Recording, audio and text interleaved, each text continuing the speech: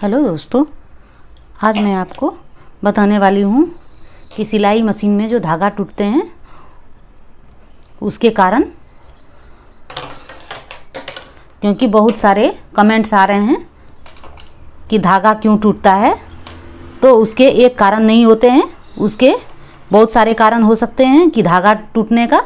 तो मैं इसका बारी बारी से मैं सारा कारण बताती हूँ कि क्यों धागा टूटता है। सबसे पहला कारण तो ये है कि नीडल जो है इसमें ये यहाँ पर मुड़ जाता है, तो उसके कारण भी धागा टूटता है। जब हम आजकल के जितने भी कपड़े आते हैं वो कपड़े स्टोन वाले आते हैं या भारी वर्क आता है, तो उससे भी सुई में खरोच आ जाता है, जिससे हमारा धागा टूटता है। और दूसरा कारण तो हम सुई को ये बदल देंगे। और दूसरा कारण कि हम जब ये सुई यहाँ पर से चेक कर लेंगे कि हमारा सही है या गलत है, बैठा हुआ हमने जो लगाया है ये यहाँ से दिख जाएगा। जब आप देखेंगे तो एक तरफ ये चिपटा जैसा रहता है और एक तरफ रुखड़ा रहता है, जहाँ की ये लाइन बना हुआ रहता है।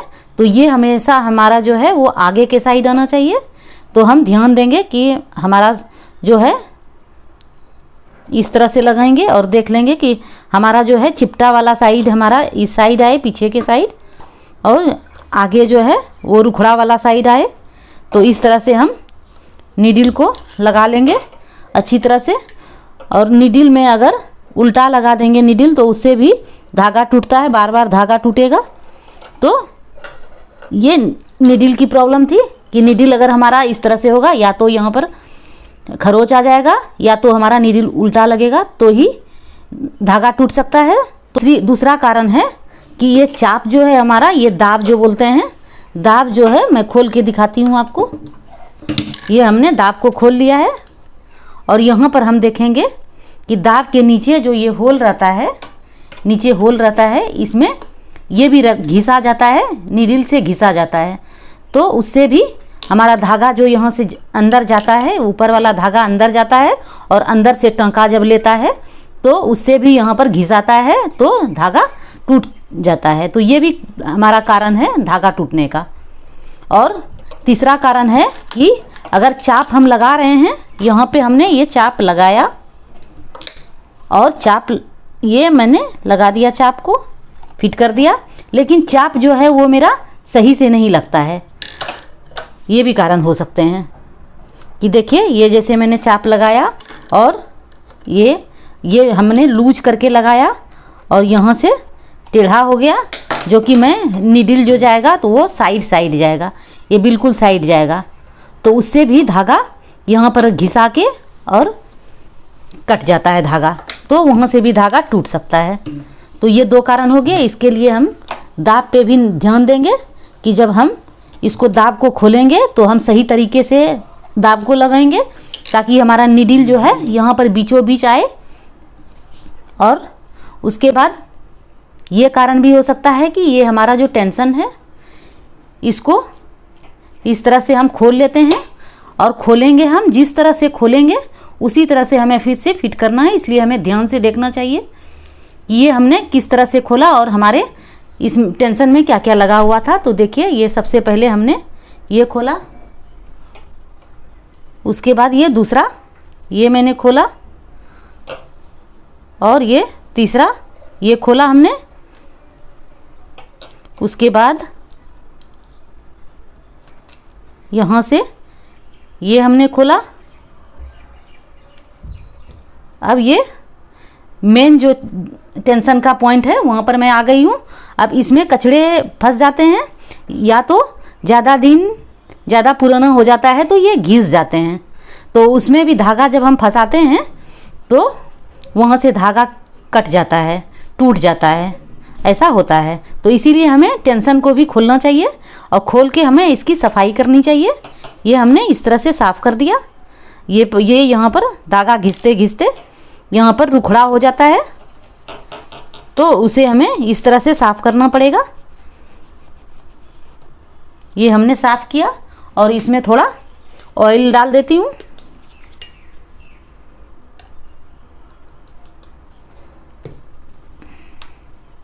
ये ऑयल हमने दिया, इसमें भी हमने ऑयल लगा दिया और इसे इस तरह से सफाई कर दी।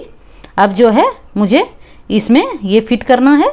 तो हमने जो हमने खोला है वो हमने यहाँ पर सीरियल से रखा है, जो कि ये नहीं हो कि मैं कौन सा पहले लगाई, कोई कंफ्यूजन नहीं रहे। तो हमने इसको फिर सफाई कर दिया। ये साइड भी जितनी भी डस्ट जमा हुए हैं सबको मैं साफ़ कर लेती हूँ। अब मैं इसको लगा देती हूँ वापस फिर से। ये लगा दी। अगर देखने पे पता चले कि ये वाला घिस गया है तो इसको बदल सकते हैं। ये किसी भी सिलाई का जो मटेरियल लगता है उस दुकान में आपको आसानी से मिल जाएगा। तो आप इसकी टेंशन को भी बदल दें। यहाँ से हमने ये लगाया, उसके बाद हमने ये लगाया। अब हमने ये सीरियल से रखा है तो अब हम इसको लगा लेते हैं। ये हमने लगा दिया। अब हमें इसे लगाना है। ये हमने स्प्रिंग को लगा दिया।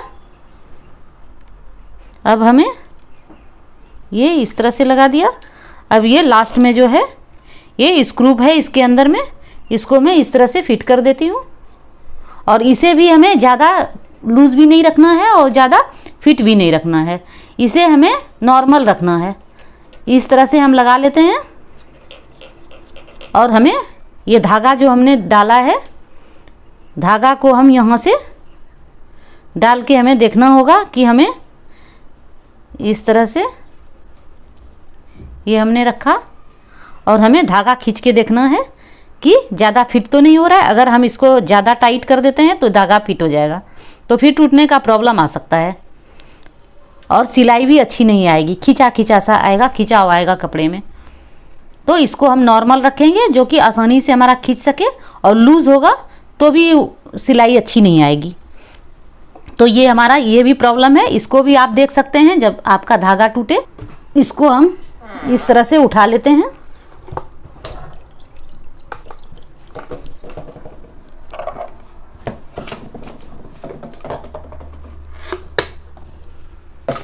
ये हमने इसको उठा लिया। अब यहाँ अंदर में मैंने भी इसे काफ़ी दिनों से साफ़ नहीं किया था,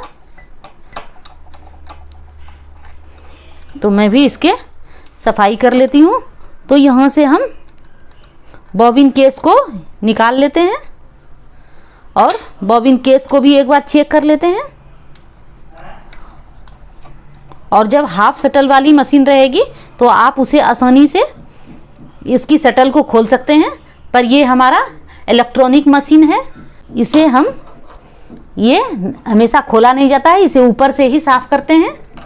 ऐसे इसमें कोई प्रॉब्लम नहीं आता है, ऊपर से हम इसकी सफाई कर देते हैं।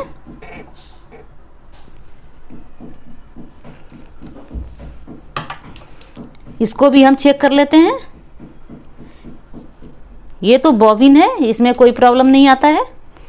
और यहाँ से जो है ये एक पत्ती रहती है, ये पत्ती अगर लूज़ और टाइट हो जाए तो ही धागा टूट सकता है। तो यहाँ से हम इसे फिट करेंगे। अगर लूज़ हो जाए तो यहाँ से हम इसको फिट कर लेंगे। और अगर पत्ती आपको दिखे कि फिट करने के बाद भी पत्ती खुली सी रहती है तो बॉबिन केस को आप बदल दें, क्योंकि इसकी पत्ती अलग से नहीं मिलती है। और बॉबिन केस के अंदर की भी मैं सफाई कर लेती हूँ।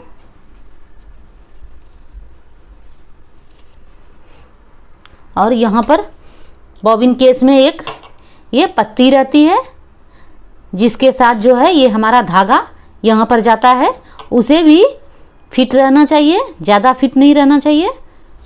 तो इस तरह से हम इसको लगा के देख लेते हैं यहाँ से, और इसको खींचेंगे।